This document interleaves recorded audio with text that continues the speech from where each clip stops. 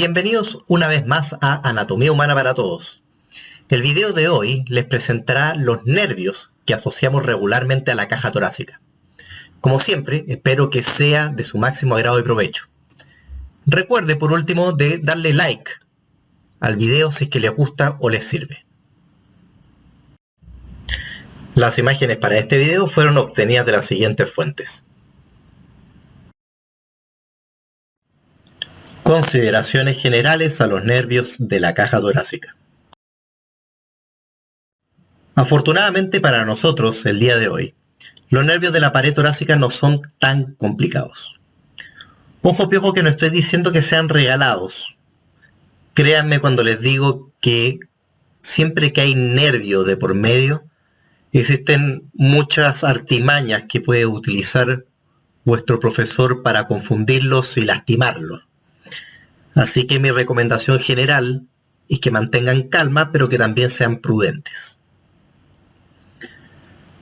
Las estructuras de la pared del tórax son de origen somático y comprenden los huesos, articulaciones, músculos y vasos sanguíneos que ya hemos tratado con bastante detalle en los otros videos publicados en este canal. Las estructuras deben presentar, por un lado, una inervación aferente. Vale decir, fibras nerviosas que recojan la información proveniente de los receptores periféricos, situados en la piel o en las articulaciones, y llevarlas hacia el sistema nervioso central. Por lo mismo, estas fibras aferentes muchas veces la gente habla como sinónimo como fibras sensitivas, pero el nombre aquí más correcto debería ser aferente. Por otro lado, van a existir las fibras que son eferentes, o sea, las que nacen a partir desde el sistema nervioso central y que se dirigen hacia los efectores periféricos. ¿Quiénes son los efectores periféricos? Esencialmente, para este caso, músculo estriado, que se encuentra ordenado constituyendo estos grupos musculares que ya no son bien conocidos. Para estas funciones, o sea, portar fibras tanto aferentes como eferentes, existen 12 pares de nervios torácicos, que se denominan nervios espinales torácicos y que portan tanto fibras sensitivas como fibras motoras, o sea, son mixtos. Para ponerle un poco de picante al asunto, vamos a agregar que en relación a la pared posterior del tórax se ubica el tronco simpático, la principal estructura de la subdivisión simpática del sistema nervioso autónomo. Ya sabrán ustedes, y si no les cuento ahora, que el sistema nervioso autónomo es quien media las aferencias y las eferencias provenientes de los órganos. Por lo tanto, desde un punto de vista funcional, no tiene nada que hacer en este video que trata sobre la pared del tórax. Lamentablemente, en la vida y en la anatomía las cosas no son siempre tan sencillas. El tronco simpático se encuentra topográficamente más bien en relación a las paredes de la caja torácica que al contenido del mediastino. Punto a favor, por lo tanto, para verlo o tratarlo en este video. Lo segundo es que el tronco simpático está unido a cada uno de los nervios espinales torácicos. Así que, funcionalmente, sistema nervioso autónomo y sistema nervioso somático están muy relacionados entre sí. Por ejemplo, los ramos de los nervios intercostales que se dirigen a la pared del tórax portan también fibras simpáticas para las glándulas sudoríparas de la piel y para el músculo piloerector. Así que en breve estamos jodidos. Tenemos que ver, aunque sea un poco del tronco simpático en este video. De lo contrario, los dioses de la anatomía se podrían enojar conmigo por andar enseñando las cosas a media. Partimos con los nervios espinales torácicos, estudiando consideraciones generales sobre su origen, trayecto y relaciones con estructuras vecinas.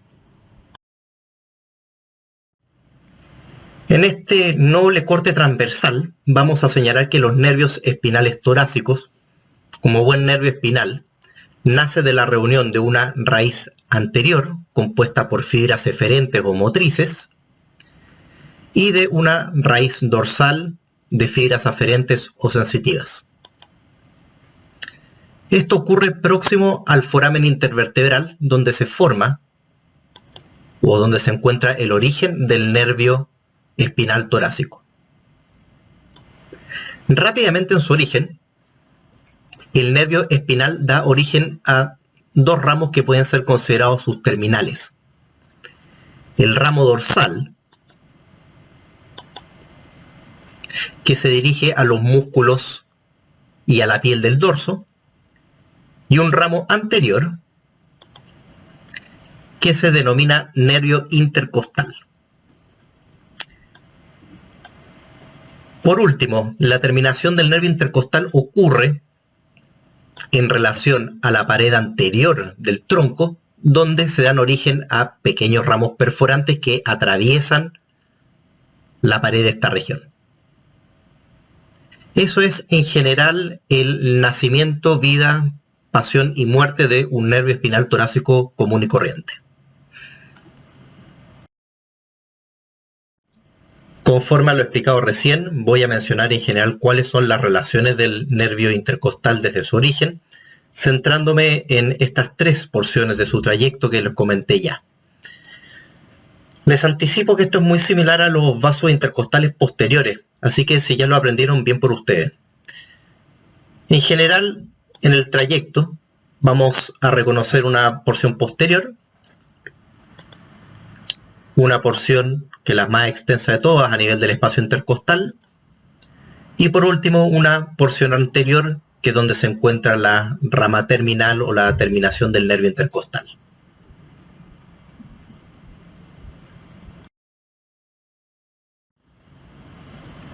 En la porción posterior de la caja torácica, los nervios se encuentran primero algo alejados de los vasos intercostales, pero se tienden rápidamente a aproximar y a juntar.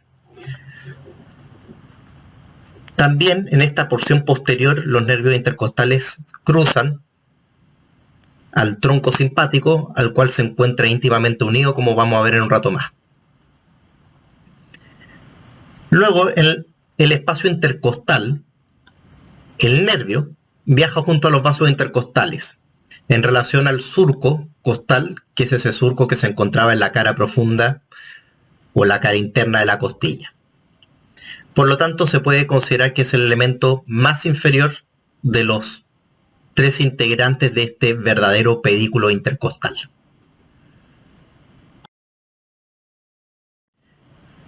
Y por último, en su terminación anterior, las relaciones varían si consideramos los nervios intercostales superiores, del primero al sexto, de los inferiores, del séptimo al doceavo. Los primeros atraviesan el espacio intercostal y al pectoral mayor. Los inferiores, en cambio, se relacionan con los músculos del abdomen, en particular con el músculo recto abdominal. Por lo mismo, les voy a dar un pequeño tip. Los nervios intercostales del primero al sexto, o sea, los 6 pares superiores, son pectorales, o torácicos si quiere. Mientras que los nervios del 7 al 12 son más bien abdominales. Si no me entiende muy bien a qué me refiero todavía, descuide que voy a profundizar sobre esto mismo en la medida que vaya describiendo los nervios intercostales. Muy bien, estimado espectador, ya que conoces el origen, trayecto, terminación y principales relaciones de los nervios espinales torácicos, vamos a proceder a ver sus ramos colaterales.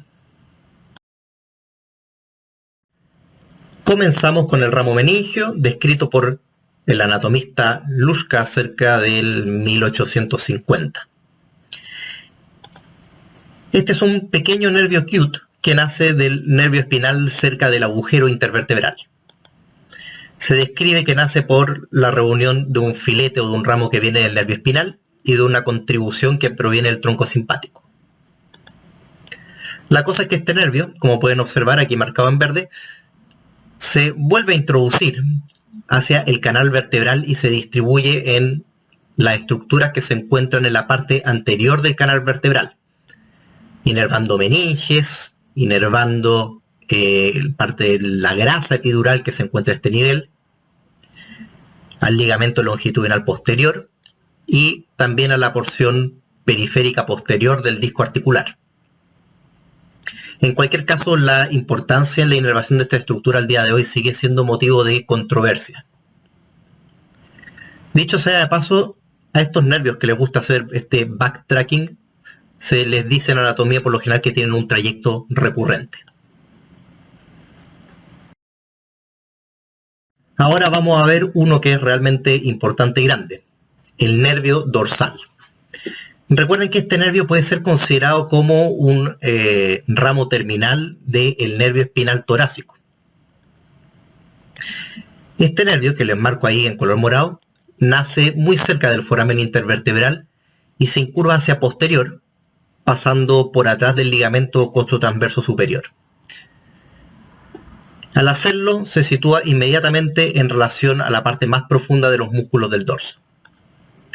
Aquí se divide en dos ramos, uno medial, que pasa entre el músculo longísimo del tórax y el transverso espinoso. Atraviesa estos músculos y se termina perdiendo en la piel de la región de la espalda.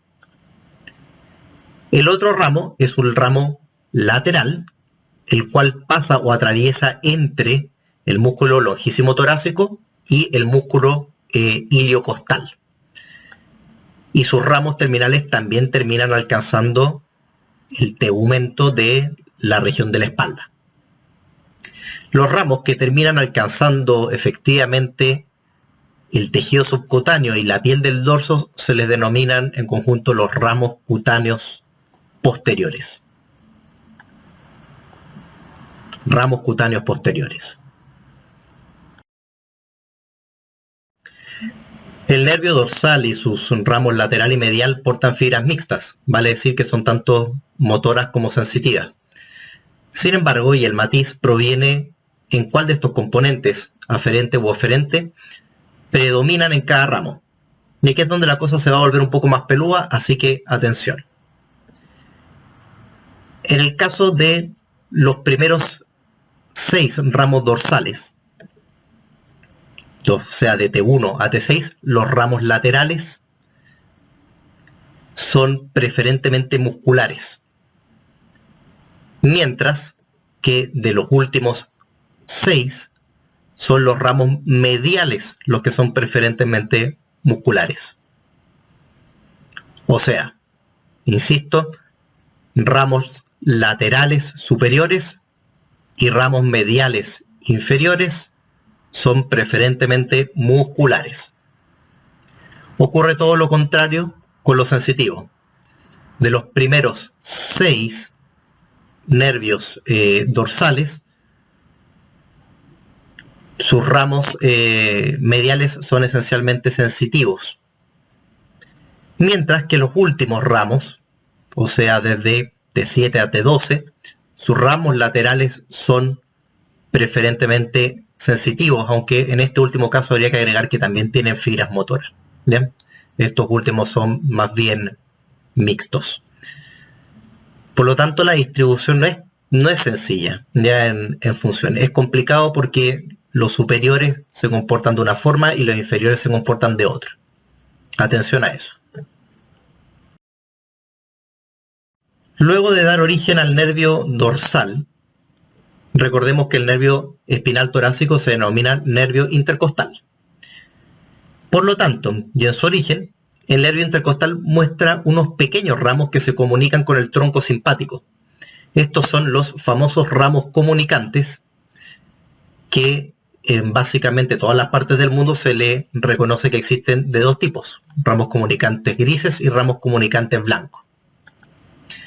Y son conjuntos de nervios que se extienden desde el nervio intercostal hacia el tronco simpático.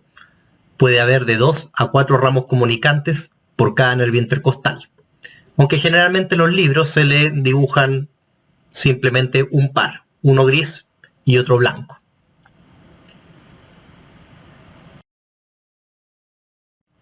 En su curso por el espacio intercostal, El nervio da origen a varios ramitos pequeños para la musculatura de la caja torácica. De esta manera existen nervios para el músculo intercostal externo, el íntimo, el interno, ramos para el elevador costal, ramos para el músculo subcostal, para las articulaciones costovertebrales.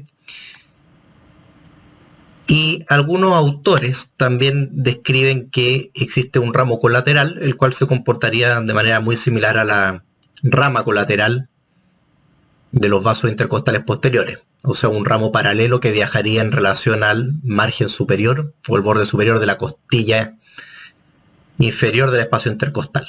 Honestamente no he tenido el privilegio de conocerlo aún, así que lo coloco ahí como duda. Y además destaco de que los nervios intercostales se encuentran además comunicados entre sí por ramos comunicantes. ¿Ya?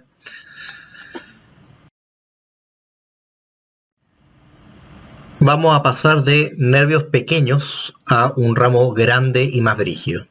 El ramo cutáneo lateral.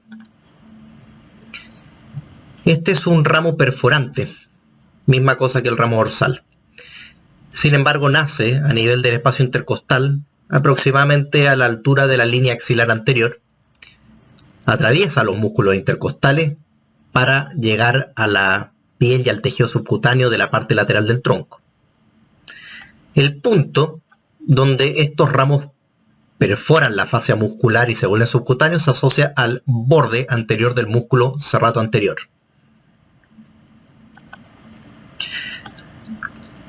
Se divide luego de hacerlo en un ramo posterior que se dirige al dorso y que se comunica con los ramos cutáneos dorsales, que ya hemos visto hace un ratito, y en un ramo anterior que se dirige, bueno, claro, hacia adelante, hacia la región pectoral. Recuerda que le comentaba que los nervios de T1 a T6 se les podía decir que son pectorales.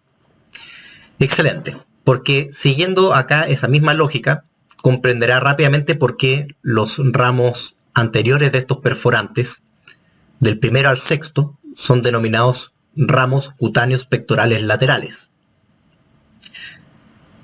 Además, estos primeros ramos, sobre todo de T2 a T6, son los que dan origen a los ramos mamarios laterales, que van a inervar la parte lateral de la glándula mamaria. Por otro lado, los que son más inferiores, del séptimo al doceavo, se le denominan ramos cutáneos abdominales laterales y se distribuyen preferentemente en la piel de la región anterolateral del abdomen. De allí su nombre.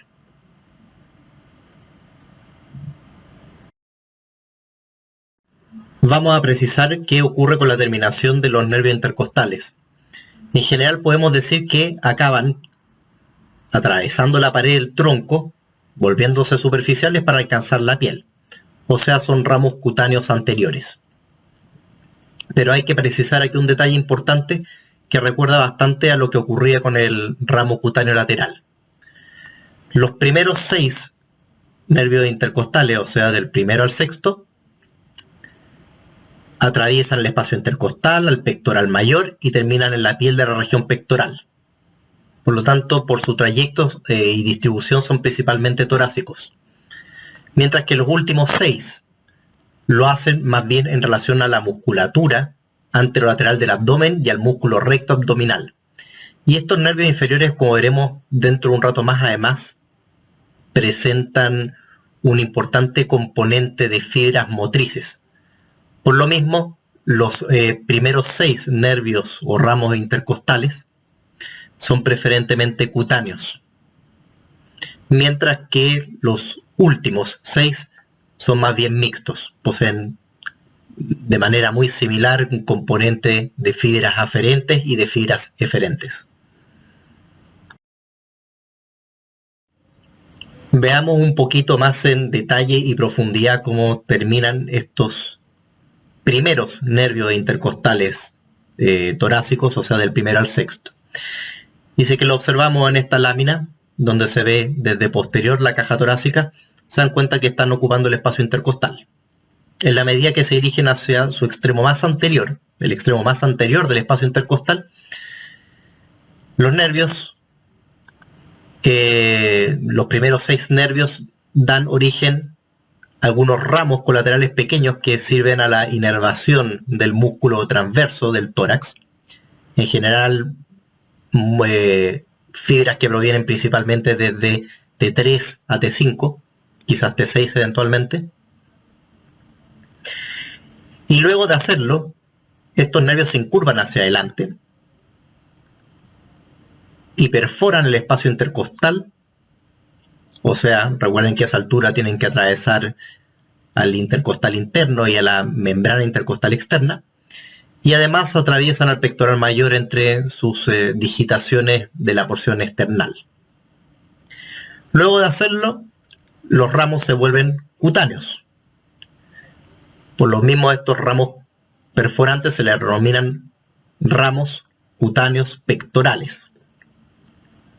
Y estos se dividen, a su vez, en ramos laterales, que se dirigen hacia la línea mediana anterior, y ramos laterales. Estos ramos laterales van a ser muy interesantes porque se dirigen hacia la glándula mamaria y van a contribuir a inervar sensitivamente esta estructura en su mitad medial. Recordemos que la mitad lateral provenía de los ramos anteriores de los perforantes o los ramos cutáneos laterales. Los últimos nervios intercostales pasan entre las inserciones costales del diafragma y las del transverso del abdomen para llegar a la pared anterior abdominal, donde se incorporan al interior de la vaina de los rectos, inervando este músculo y luego perforándola para llegar a la piel de la región anterior del abdomen. Lo vamos a ver un poquito con un poco más de detalle en la siguiente sección.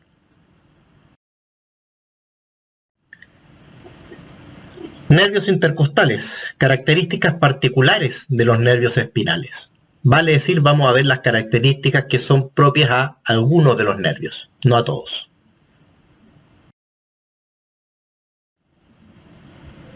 Respecto al primer nervio intercostal, hay que señalar que es muy fino. Eso se debe a que el primer nervio espinal torácico presta la mayor parte de sus fibras a la constitución del tronco inferior del plexo braquial. Por esto mismo se puede decir que el primer nervio espinal torácico es más amigo del brazo que del tórax. No presenta, según muchos autores, ramo cutáneo lateral ni tampoco ramo cutáneo anterior. Por lo tanto, se podría decir que es un ramo casi rudimentario.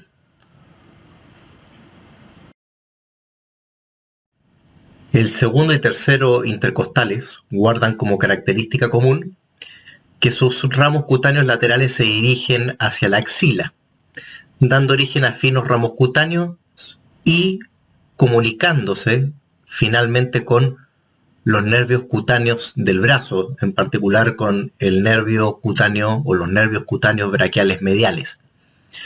Por esto mismo se le denominan a estos nervios como nervios intercostobraquiales. O sea, los ramos cutáneos laterales del segundo y tercero se les denominan intercostobraquiales, porque se encuentran extendidos o tendidos entre el brazo y las costillas. Además, los nervios intercostales superiores, en general del primero al sexto, inervan algunos músculos interesantes a destacar. Si vemos al lado izquierdo el dorso, vamos a reconocer ese músculo que está ahí, que es el serrato posterior superior. Y este nervio se encuentra inervado por filetes que provienen desde T12 hasta T5. Al lado derecho, nuestro amigo conocido, el músculo transverso del tórax, que se encuentra inervado también por filetes de T3, algunos dicen T2 a T6.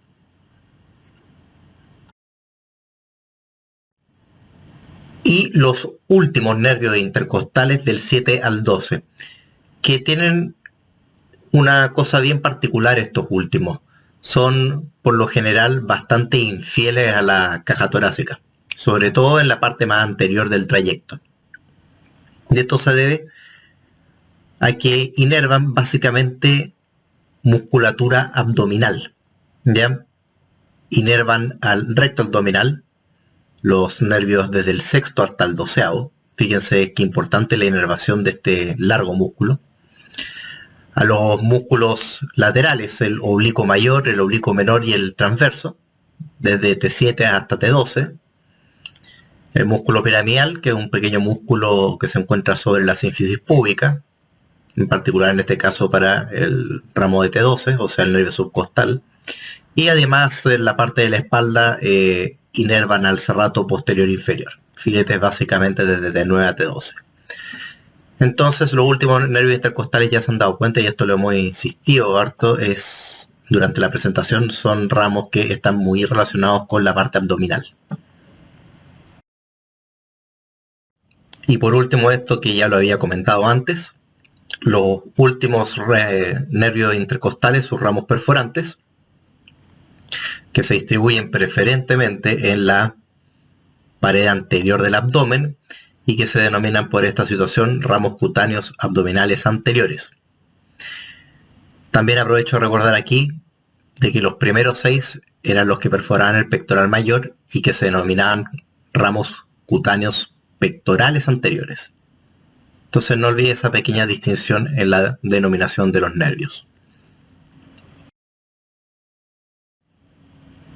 Ya que hemos visto los distintos ramos de los nervios intercostales y estamos claros con los músculos que están inervados, veamos, para resumir, la inervación cutánea. Así podemos también redondear un poquito sobre estos ramos cutáneos que son, por lo demás, los más complicados del nervio intercostal, sobre todo por su denominación. Por lo tanto, en la espalda tenemos los ramos cutáneos posteriores. Y como les decía, arriba provienen de los ramos mediales de T1 a T6, principalmente. Y por abajo de los ramos laterales de T7 a T12. Recordemos que en la pared lateral se le denomina a los ramos perforantes laterales de T2 a T6 como ramos cutáneos pectorales laterales, y los de T7 a T12 como ramos cutáneos abdominales laterales. Veamos qué sucede con la pared anterior. En la pared anterior ocurre algo muy similar con los cutáneos laterales. O sea, los primeros 6 son denominados cutáneos anteriores pectorales y los últimos 6 son denominados cutáneos abdominales anteriores.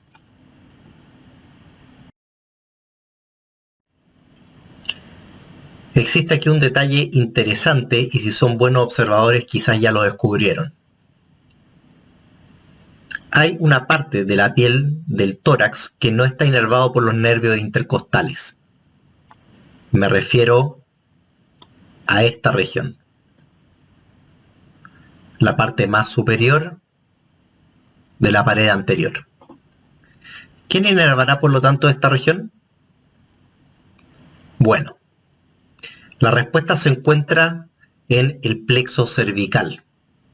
El plexo cervical presenta unos ramos que se denominan los ramos supraclaviculares. Ordinariamente suelen ser 3 nervios que superan inferiormente al cuello y alcanzan la parte alta de la región torácica, pero particularmente la región pectoral.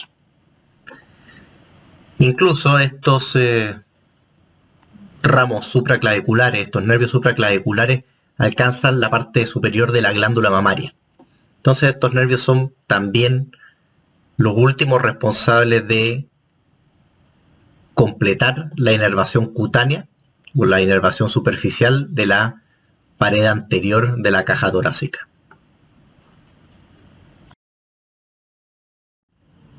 Ahora desde un punto de vista de los dermatomas, o sea, el área de piel que se encuentra inervado por un nervio intercostal determinado, observamos aquí en color celeste el territorio correspondiente a los nervios espinales torácicos y se encuentran ordenados de manera relativamente sencilla en sentido craneocaudal. Nos podemos dar cuenta cómo los primeros nervios intercostales tienen relación con el miembro superior. Y nos damos cuenta como los últimos también se extienden sobre todo a nivel de la pared anterior de la cavidad abdominal, abarcando incluso hasta la proximidad de la sínfisis púbica. Eso ya lo hemos explicado en detalle, que se debe a los ramos cutáneos abdominales anteriores. De manera de referencia, generalmente se suelen recordar dos dermatomas en el caso de los torácicos.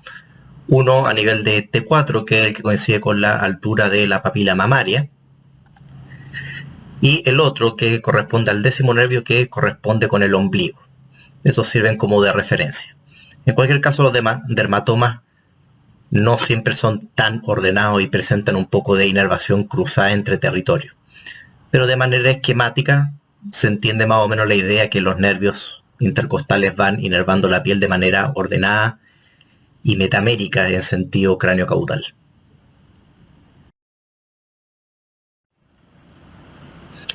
Miren, el diafragma. ¿Por qué estará aquí el diafragma?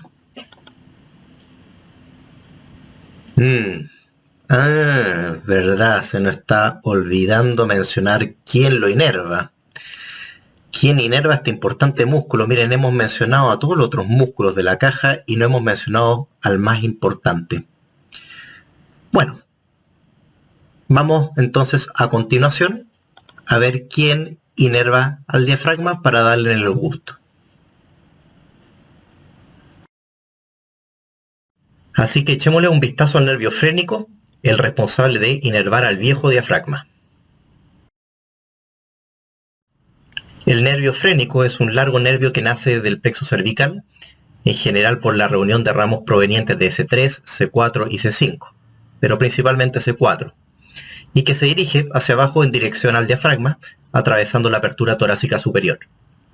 Desde un punto de vista de sus relaciones, se puede considerar al frénico a nivel del cuello, donde se encuentra su origen, a nivel de la apertura torácica superior, o sea, la entrada del tórax, y en su porción al interior de la cavidad torácica. Como estamos hablando de tórax, vamos a dejar de lado lo que ocurre con el origen y la porción cervical del nervio frénico para centrarnos en qué es lo que ocurre principalmente a nivel de la apertura torácica superior y a nivel del tórax. Vamos a ver qué ocurre en la apertura torácica superior. Para simplificar un poco la vía, marco el frénico en color verde al lado derecho y al lado izquierdo lo vamos a colocar ahí con una línea punteada porque lo está tapando la vena. En fin, en la apertura torácica superior el frénico se encuentra sobre las cúpulas diafragmáticas. Esto significa la parte más superior de los pulmones que supera el tórax y se encuentra en el cuello. Además se encuentra entre los confluentes venosos yúgulos subclavios, la reunión de las yugulares internas y las venas subclavias. Esto se encuentra por adelante.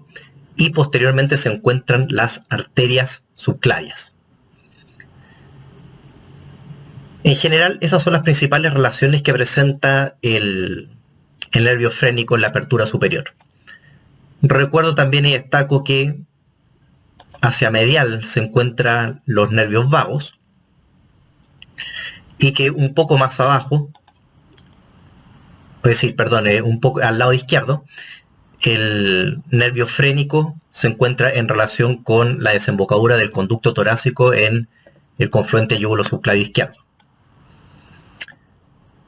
Por último, aquí vamos a señalar que el nervio frénico, ya prácticamente a la altura de la primera costilla, se encuentra en relación con el origen de las arterias torácicas internas, que recuerden, nacen de las arterias subclavias.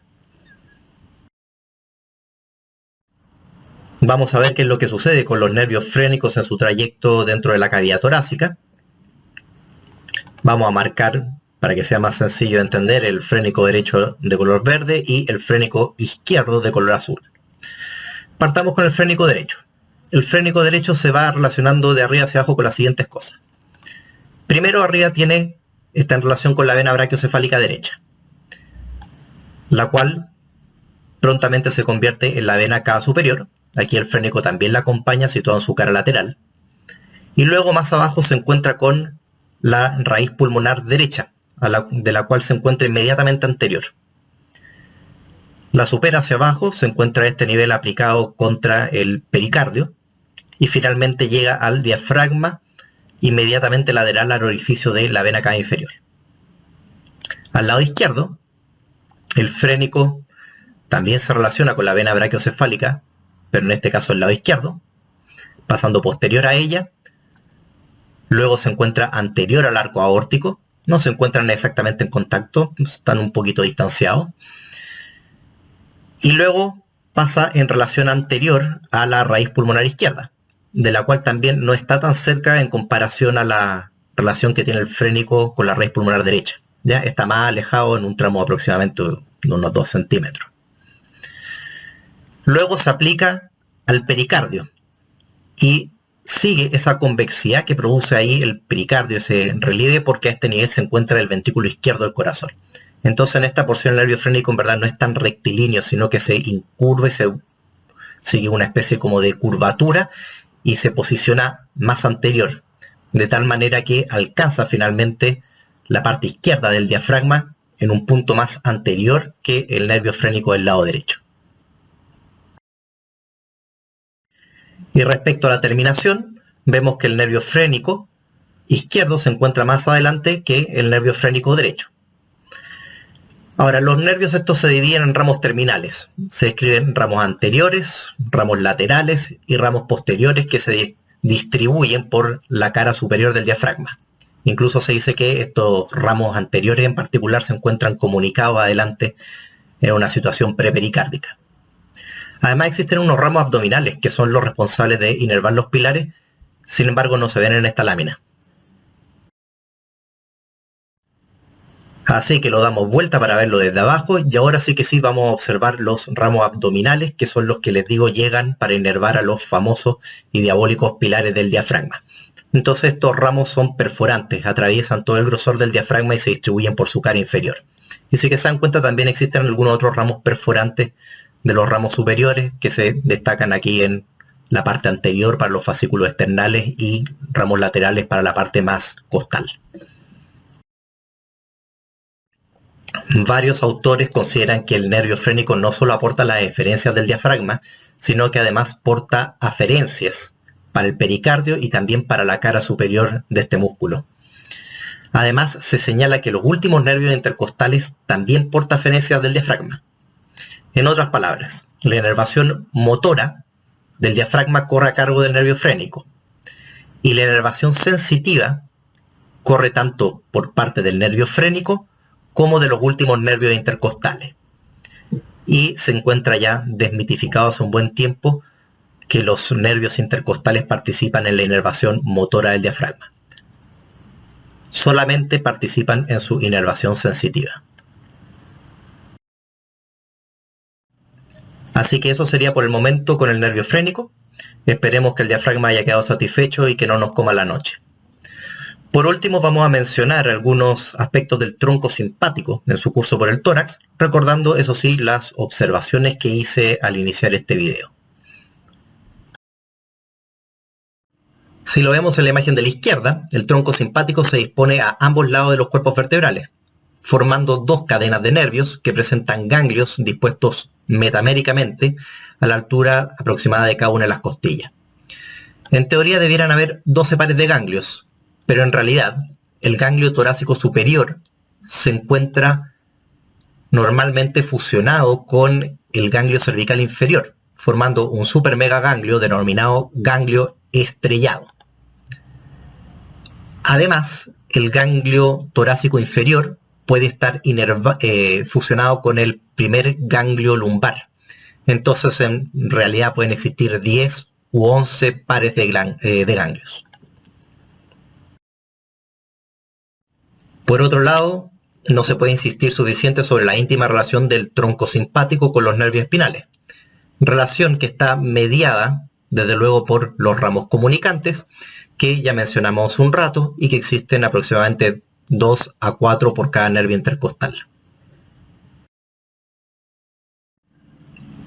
El tronco simpático desciende en relación a las cabezas de las costillas, aunque en su porción superior se encuentra un poquito lateral a ellas y en su extremo inferior se encuentra un poquito medial a ellas. Así que tiende a haber una especie de cruzamiento muy suave que se va dando en la medida que el tronco desciende a lo largo de la pared posterior del tórax.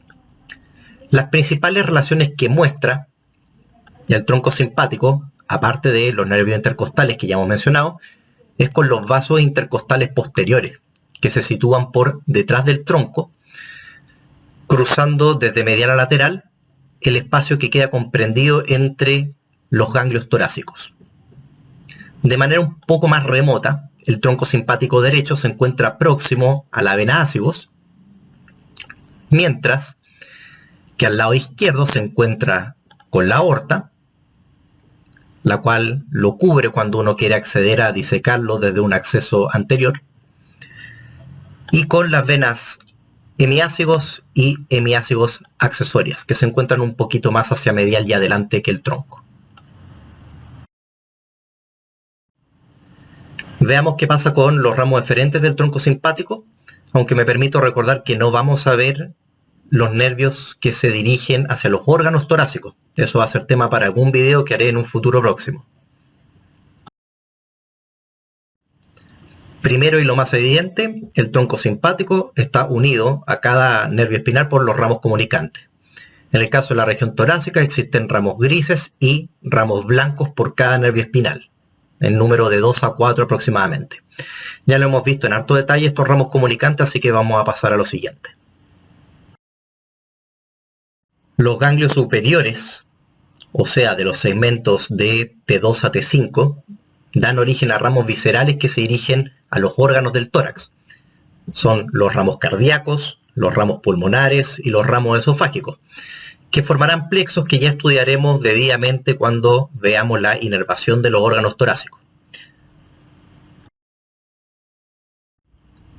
Los ganglios de los segmentos inferiores, desde T6 a T12, según el ordenamiento planteado por Delmas y Lowe, dan origen a filetes que se reúnen para formar 2 o 3 nervios que se dirigen a la cavidad abdominal.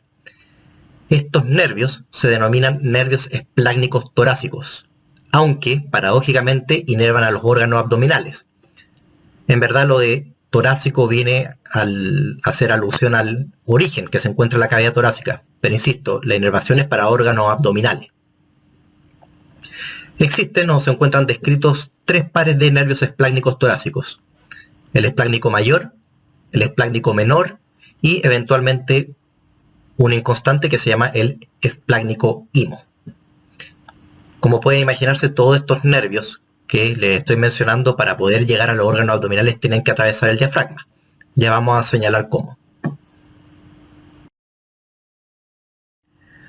Por lo tanto, comencemos con el nervio esplácnico mayor, que por lo demás es el más importante y el más grande.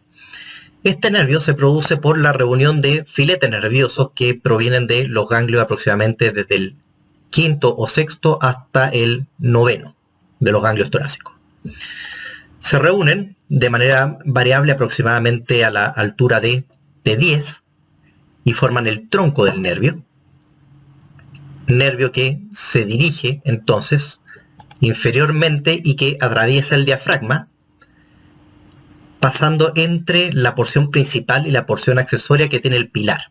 Si es que no lo recuerda bien, le recomiendo echarle un vistazo al video de miología de tórax, la primera parte, donde está bien explicado el asunto de los pilares del diafragma. Y estas fibras, luego de atravesar el diafragma, llegan a la cavidad abdominal y ahí terminan finalmente alcanzando el ganglio celíaco.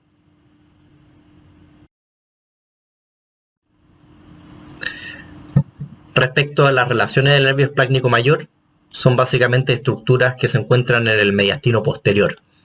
Entonces la principal son los vasos intercostales posteriores, que como se dan cuenta se encuentran atrás del nervio. Ya mencioné alguna vez como especie de regla mnemotécnica que los vasos intercostales posteriores son lo más posterior en el mediastino posterior, valga la redundancia y el uso indiscriminado de la palabra posterior. Luego se encuentran hacia medial respecto al nervio esplácnico menor, que ya vamos a ver cuál es su origen y cómo se posiciona respecto al esplácnico mayor. pero digamos de momento que se encuentra lateral. Y de manera ya más indirecta, se encuentra en relación al lado derecho con la vena ácigos, la cual puede llegar a cruzarla eventualmente, pero no de manera constante. En ese caso, de cruzarla se encontraría por delante de ella. Y al lado izquierdo, donde se encuentra con la porción descendente de la aorta, y también con la vena hemiácigos.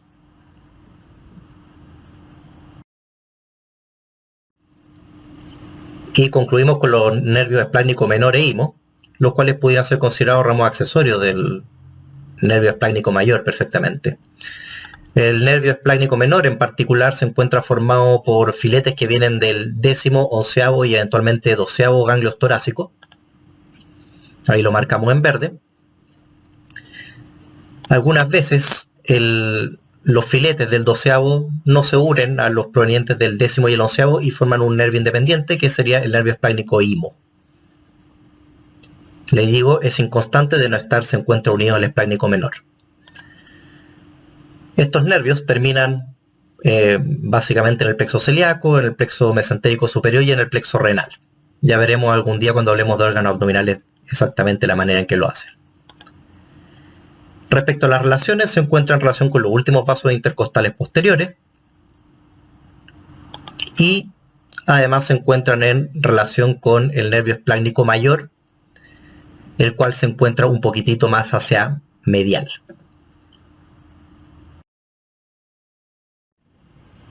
Bien, en conclusión, los principales nervios de la cavidad torácica son los nervios intercostales y los ramos dorsales, que nacen de los nervios intercostales torácicos. Sabemos que existen 12 pares de ellos. Estos nervios inervan a los músculos de la caja torácica y la piel del tórax, salvo una porción que está inervada por el plexo cervical.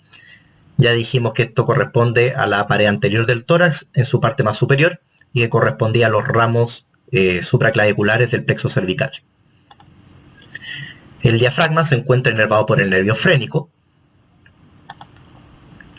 El tronco simpático cursa en relación a la pared posterior del tórax y se une por ramos comunicantes a los nervios intercostales. Y los nervios esplácnicos mayor, menor e imo nacen de los ganglios inferiores, del 5º o 6º al 12º, y se dirigen esencialmente hacia los órganos abdominales. Tanto el tronco simpático como los nervios esplácnicos muestran relaciones con elementos o estructuras que se encuentran contenidas en el mediastino posterior. Pero eso será tema de otro video.